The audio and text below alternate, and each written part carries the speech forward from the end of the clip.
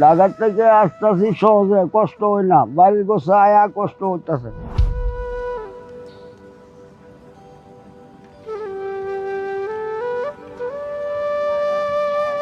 30 বছর ধরে শুনতেছি ব্রিজ করে দিব, কতজনে করতেছে ব্রিজ করে দিব, কিন্তু ব্রিজ তো আর হয় না। এই ব্রিজ কবে হবে আল্লাহ জানে।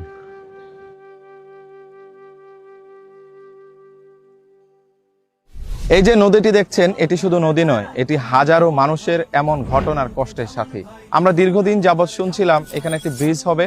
ইতিপূর্বে এখান থেকে যারা সংসদ সদস্য নির্বাচিত হয়েছেন তারাও প্রতিশ্রুতি দিয়েছেন চরাঞ্চলের মানুষের যোগাযোগের সুবিধার্থে এখানে একটি ব্রিজ করা হবে, কিন্তু এখন পর্যন্ত ব্রিজ হয়নি।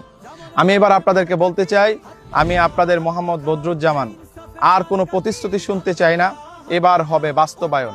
সেই বাস্তবায়ন আপনারা আগামী নির্বাচনে যদি আমাকে হাত পাখা প্রতীকে নির্বাচিত করেন, আমি আপনাদের সন্তান হিসাবে কথা বলতে চাই, উন্নয়নের ব্যাপারে আর কোনো প্রতিশ্রুতি শুনতে চাই না। যখন যেটা প্রয়োজন সেটাকে আমরা বাস্তবায়ন করব। সেই লক্ষ্যে পথ চলছি। চরাঞ্চল সহ পুরো রায়পুরা থানার সুষম উন্নয়নের লক্ষ্যে, সবাইকে নিয়ে সবার রায়পুরা গড়ার লক্ষ্যে, উন্নয়নের রায়পুরা এবং শান্তিপূর্ণ নিরাপদ রায়পুরা গড়ার লক্ষ্যে আমি কাজ করছি। আপনি আমার সাথে থাকুন, আমাকে ভোট দিন আগামী নির্বাচনে হাত পাখায়। ইনশাআল্লাহ কথা দিচ্ছি, প্রতিশ্রুতি নয়, হবে বাস্তবায়ন ইনশাআল্লাহ।